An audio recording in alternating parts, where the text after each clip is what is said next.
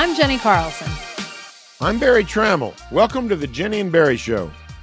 The college football playoff continues to work out the details of how the new 12-team playoff is going to work. And even though we have yet to see the 12-team model at work, the sports leaders are already talking about expanding the expanded playoff. What in the wide world of sports is going on here?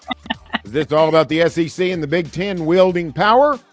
Or are we quickly headed toward a day when there are 14 or 16 or more teams in the playoff? We'll talk about all that and more, but first we want to say thanks to these sponsors for supporting the Jenni and Berry Show. The Oklahoma Ford Dealers Association, MidFirst Bank, Next Gen Roofing, Two Fellas Movers, the National Cowboy and Western Heritage Museum, 988, Oklahoma's Mental Health Lifeline. Remember, drive into your Best in Oklahoma Ford dealers today for the best deals on Ford's full lineup of trucks and SUVs. Ford is the best in Oklahoma. And hey, if you're moving, let's face it, a box of pizza and a case of beer just don't work like they used to. Nobody wants to help you. But we know two fellas who love moving. At Two Fellas Moving Company, we offer free, no-strings quotes for your move. With more than 20 years experience, we've pretty much moved it all. Our services don't end up moving either. Need to do some remodeling or spring cleaning? We've got you covered with dumpster rentals and junk haul services. Remember, quotes are free and there are no strings attached. If you're moving in Oklahoma, make sure to call the fellas. Visit twofellas.com for your free quote today. All right, Barry, we heard last week the college football playoff has agreed to the 5+7 model. Top 4 ranked conference champions get the 1 through 4 seed. The next one, likely a mid-major, a group of 5, will probably be listed somewhere else in the rankings, probably not number 5. But all things considered, demise of the Pac-12, not having a true Power 5, soon to be Power 4, is the 5+7 model, is it fair? I think it is. You know, you go back to the summer of 21, in June of 21, when the 4-man committee of Jack Swarbrick of Notre Dame, Craig Thompson of the Mountain West Conference, Greg Sankey of the SEC, and Bob Bowlesby of the Big 12 put together this 12-team model that no one had ever really bantered out into the marketplace. And it had all kinds of elements that seemed to punch every box. So it seemed like a great thing. Took us a long time to get here. At the time, it was a 6+6 model. That didn't account for the demise of the Pac-12. A lot can happen in 3 years. But I like this 5+7 model. It gives every conference a path to the playoff. It gives a team's chance to host home games. It keeps the bowl games involved if that's your ticket. So lots to like about it. I think it's got the chance to be really good. Yeah, and you know, I know that having a group of 5 conference champ that's in the mix, I'm for it. I totally think it's great to have, you know, obviously Cincinnati made the top 4 a few years ago before they joined the Big 12. First time we'd had a group of 5 team in the 14 playoff. I think having teams like that make the 12-team playoff on a regular annual basis is fantastic. I think it adds, we're not going to get, at least no time soon, although we're going to talk about expansion here in a second. We're not going to get to the level of the March Madness upsets in college football quite away, because we're not going to have the number of potential Cinderellas. We're likely just going to have the one in the playoff. But I do like the chance of seeing, you know, what if the Tulane Southern Cal game of a few years ago had happened in the 12-team playoff? I mean, that would have been so much fun to watch that kind of upset happen. You know, so to me, having a group of 5 team there is absolutely the way to go. But I think we've seen over the years that traditionally your group of 5 team, your best group of 5 team, is probably not ranked should probably not be ranked among the top 5. So just going top 5 champions, 1, 2, 3, 4, 5, frankly seems not fair to me. I don't think that's the way to go. So I think having that group of 5 champions somewhere in your top 12 is great, but I think allowing those rankings to play out makes a lot of sense. And I'm with you, Barry. I think the whole idea of, you know, those home games, bowl games being a part of it, There's a lot to like about this. Obviously, we haven't seen it play out, but at this point, I got to say, kudos to the playoff committee. I think there's a lot to really appreciate about what they've set up here. Yeah, and I think this mid-major, this group of 5 element, is going to bring a little Cinderella element to the tournament. Yeah. What made the NCAA basketball tournament great? Was it Princeton, Georgetown? Was it Valpo, Ole Miss? Yeah. Or was it North Carolina, Kentucky? It was the former. It was the little guy. It was St. Peter's. It was George Mason. UMBC. UMBC over the Virginias. That's what made March Madness, was that, not that we get a bunch of upsets all the time, but just the possibility. We never have that in college football, and now we do with the tournament. Now, most years, the group of 5 is going to be the 12th seed. They're going to play at a number 5, so it'll be, I don't know, Boise State at Notre Dame or San Diego State at Alabama. Most years, we're not going to see an upset in those kinds of matchups. But what if we do? What if Boise State does go to South Bend and beats Notre Dame? What if San Diego State does go to Tuscaloosa and beat Alabama? What a jolt of energy that would do for the sport.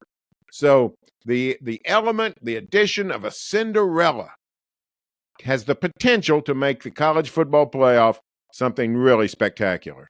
And here's something I'll say about that possibility. I think it's only going to go up if we see the trend currently happening in college football continue. That being the flattening out of the teams as the transfer portal, as NIL has come into play. It really doesn't feel like we've got sort of the unbeatables anymore. Obviously, Georgia seemed to be in that spot, but a year ago, they don't even make the playoff. They don't even win the SEC. So, Alabama we've seen them lose games. It just feels like we're seeing more of an evening out. And again, I'm with you, Barry. I don't necessarily think that means on an annual basis that group of 5 champ is, going to win. But I think if that trend continues, we're going to see that as more and more likely, because you do see that flattening seemingly of the programs around the country. So what that looks like today may not be what it looks like in another couple years if that trend continues. Of course, after last week and the news coming out about the playoff committee, the playoff might not look like this in a few years. I mean, what the heck's going on here? What? We haven't even seen 12 teams at work. Why are we talking about 14 teams or 16 teams? Don't we need to see this 12-team playoff before we start talking about expanding it? Well, this is typical college football attitude, right? You go borrowing trouble. You see something new and you find out what you perceive to be what's wrong with it. Can't have a transfer portal because all the big money teams will get all the players. Well, it turns out that's not true. You can't stop the clock. I mean, you can't stop the clock after a first down, or if you let the clock run after a first down, the games will get too short. Yeah, that didn't happen either. Just everything about it is just doomsday, and then it never happens. Overreaction. So, overreaction city. And what we're talking about here is we haven't even had the 12-team playoff, and already the SEC and the Big Ten are worried about how many teams they are going to get in. Of course, when you're an 18-team conference like the Big Ten, that might have been something you thought about before you created such a huge conglomeration of squads. Yeah. If you're I don't know, Iowa, if you're Michigan State, if you're UCLA, maybe even USC, you're looking around and say, wait, we might not ever be one of the 3 or 4 best teams in the league anymore. Yeah. How are we going to make the playoff? So you expand the playoff before it even gets a chance to try the 12-team version. That's what's going on. So it's fear mongering. It's a lack of competitive nature. It's just people wanting to be given something. But that's the attitude of these power conferences, the Big Ten and the SEC.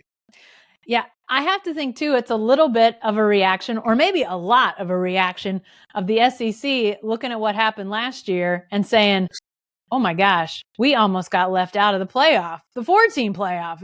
What's going on here? So, the fact that you did have an undefeated conference champ in Florida State out of the ACC, we know obviously all the specifics of that case. Jordan Travis getting hurt, quarterback going to the third string that would have potentially been playing in the playoff. So there were some other mitigating circumstances there, but to have that happen and then the SEC stand on the cusp of, are we going to get a team in? I'm sure that there's a lot of concern amongst those conferences. Are we going to get enough teams in to sort of feed the beast? So I think that there's probably some reaction from that. Had it been a more, I don't know, normal quote unquote year, which obviously you don't have any sort of normal, but had the SEC's top team won the SEC championship, had Georgia rolled, had they gotten in undefeated, maybe it's not quite the fear mongering that we see right now. But clearly, after Georgia lost, and then some wondered, would Alabama make it over Florida State? Now you've got the question, well, what if they're, what if the SEC people, what if the SEC only gets 2 teams in or 3 teams in? I mean, I don't know what their, minimum number would be, but I'm sure that that's got to be factored into their heads too, because like I said, I haven't even started this, and now we're talking about expanding the expansion. So is there ever a point where demands of the SEC and now their big conference brother, the Big Ten, stops demanding all this stuff? Or is this just the beginning of all of this, Barry? No, this is it will not end. This is a culture of desire. This is a culture of, hey, give me what I want when I want it. I don't want to have to earn it. The accountability is small. There was a time in college football when you couldn't even if you couldn't even go to a bowl game, and especially out of the Big Ten. Big Seven was this way also. But unless you won the league, those were draconian days. You don't want to go to that. But now where you've reached a point where, hey, you think you ought to be able to schedule your way into the playoff or into a New Year's Day bowl or into the championship game, whatever the case may be. You jerry-rig the schedule. You pack up the home games. There are teams in America that play 12 games, 8 of them on their home campus. It's not a system designed to be competitive fairness. It's not competitive balance.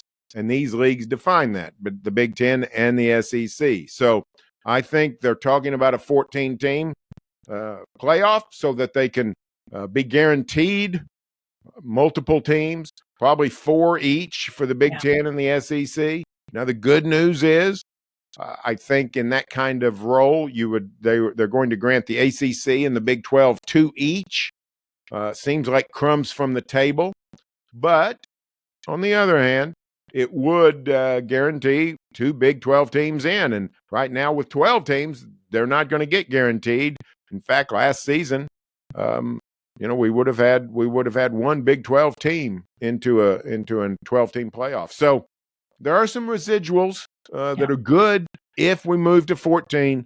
But how about we just give the 12-team bracket a try and let it roll for a few years and see how it does? Yeah, I'm all for that. And I'm excited about 12 teams as well. I will say the thing maybe that gets looked over a bit, and maybe not in all circles, but some, as we're talking about 14 teams, 16 teams, obviously there'd be buys involved for some of these teams. You'd have to do it to make it work out the right way. But to me, I want to see how 12 teams play out, not just for the quality and all how it all shapes out as far as all these different moving parts. But I want to see how it goes for the players too, because this is adding potentially, several more games to the schedule for teams that if you, have a 12-team regular season schedule, play a conference championship game. Now you're talking about adding several more games to the schedule for these players. This really starts to look like an NFL type of schedule in length, as you look at how long it could potentially be for these teams. It's not going to be for everybody, but for some teams it will be. So I want to see how that plays out before we start talking about adding more games and more layers and more weekends of games, because I do think these players aren't used to the season's this long where you've got so many games at the end that are so important. At this point, you really only have 4 teams that play with stakes that high in, 2 extra games at most. So now you're talking about a much more difficult end of the schedule for those teams that make the playoffs. So from a safety standpoint, from a how are they playing, injuries, all those sorts of things. I want to see 12 teams before I start to even think about, well, let's add some more teams. Let's add some more weekends. Let's see how that goes. No, let's see how 12 goes first, because Barry, I think there's a lot to like about this setup. Do you have sort of a favorite part of this new model? Obviously, we've not seen it play out, but there are home games. There's the mid-major guarantee of at least one in there. We've got playoff games in December before Christmas. Do you have sort of a favorite part to how this setup looks right now? Yes, I do. And it's the combination of site and date. And you just mentioned it. That first round, those 4 first round, I think the plan is to play a Friday night and 3 Saturdays. 4 playoff games before Christmas, the week, I think most years it'll be the week after Army-Navy game, and you're dealing with campus games. You're looking at, I don't know, Ole Miss at Penn State. You're looking at Missouri at Oklahoma. You're talking about Arizona at Florida. I mean, think about it. We could have a college football playoff game in Stillwater or Norman. How cool would that be? It'd be awesome. And it would be awesome. And I'm actually one of the guys who's okay with bowls. I've soured on the bowls to some degree, but I like tradition. I like history. I'm okay with bowl games, mainly because of their neutral site status. But the idea that we could see, I don't know, let's pick a good one, Tennessee at Michigan on December 15th. How cool would that be? Be great. 21 degrees and windy in Ann Arbor. The Vols go out there in those pale orange, freezing their butts off. That'd be a fun game. Or I don't know. Let's pick another one that'd be North Carolina at Southern Cal. I mean, what a crazy matchup playing in the Coliseum, the Tar Heels. So, somebody like OU and OSU, same system that gives you a home game can give you a road game too. I mean, OSU could make the playoff and find that they're playing in Athens, Georgia. Georgia doesn't win the SEC, so they're the whatever seed, 6th seed. Cowboys are 11. Playing in between the hedges is probably not a fun thing to do in a college football playoff, but still the spectacle is cool. And I think that concept, I think this is a playoff that has all kinds of things. It has bowl games. It has the neutral site of the national championship, unrelated to a bowl. It has campus games. It has a Cinderella. But that first weekend is what I'm really I'm looking forward to. Yeah, I think the home game aspect of it, it's not only going to be cool, but I think it's also going to be good because, you're asking fans if you're, if you've got a team that's not a top 4 seed, you potentially are asking people to travel multiple weeks to games. It's not going to happen. I mean, people are probably going to hedge their bets. I mean, they've been doing it for years with the 14 playoff, Barry. Our very own Bobby Howard, who does a lot of our behind the scenes social media, said a couple years ago, he and some family friends and various folks were talking about going when the Sooners made the playoff one year, and they decided to hold off because they thought, well, if they make the championship game, we want to go to that, so we'll just save our money. So people have been making that decision for years, and it's a tough one. I mean, it's a tough decision to make. So I think to maximize your crowds, your energy, the fact that it's going to be a disadvantage if Tennessee's got to go to Michigan or North Carolina's got to fly all the way across the country to play at Southern Cal. But there's the motivation to get into that next tier, that 5 to 8, so that you get to host. I think it's, some people have wondered, well, is this playoff going to somehow make the regular season less than? Heck no. No, it's not going to make the regular season less than, because you're going to have teams fighting to get in the top 12. And then you're going to have them fighting for position within the top 12. You want to buy, you want a home game, you want in. So I think there's just going to be a massive amount of competition. I think it's going to be fantastic to see how many teams are fighting for position within this 12-team playoff. Yeah, and I think that's the biggest benefit of the playoff is what it does for the regular season. Most years on November 1st, there's about 10 teams still in the running for the playoff. This coming season, 2024, I think there'll be no less than 30 still involved in the race. If you're still in the race for the conference title on November 1st, you're in the race for the playoff. I don't care, I don't care if you're 4-3 overall. If you're 3-1 in the ACC, you're in the running. If you're 3-1 in the Big 12, you're in the running. So it gives teams a longer runway to keep their season interesting, and I think that's going to be a really good thing for college football. Now, it doesn't fix September and all the rum-dums everybody wants to play. The College Football Playoff Committee could do that. They could fix September by penalizing you for playing 3 rum-dums, but so far we'll have to see. We haven't seen that they'll do that yet, but it should be a better regular season leading to a really good playoff. By the way, Florida State, I know Oklahoma State fans, they'll harken back to 2011 and how close they were to making the BCS title game. And, just a few years away from change to expanded how the playoff worked, they'd have got in. ACC, Florida State, they got to be thinking, man, if Florida State is in the 12, if it's the 12 team system and that Florida State team a year ago, they're not only in, they get a bye. There's no doubt. Obviously it would have been with the Pac-12, but still they're in, and there's zero doubt they're in. So it's heartbreaking that had to happen. Somebody was going to get left out last year, but it really does make sure those power conferences get their champion in, maybe multiple teams, as we've heard, like you were saying, Barry. It sounds like there's talk of that too, but it's not a perfect system. You're going to have a team that ranks 13th, 14th, 15th that might have an argument to get in. It's going to happen regardless of how many teams are in there, but this looks like a really good system. I'm really excited. Some of these details we've heard, it's going to be so much fun to see how it plays out in the fall.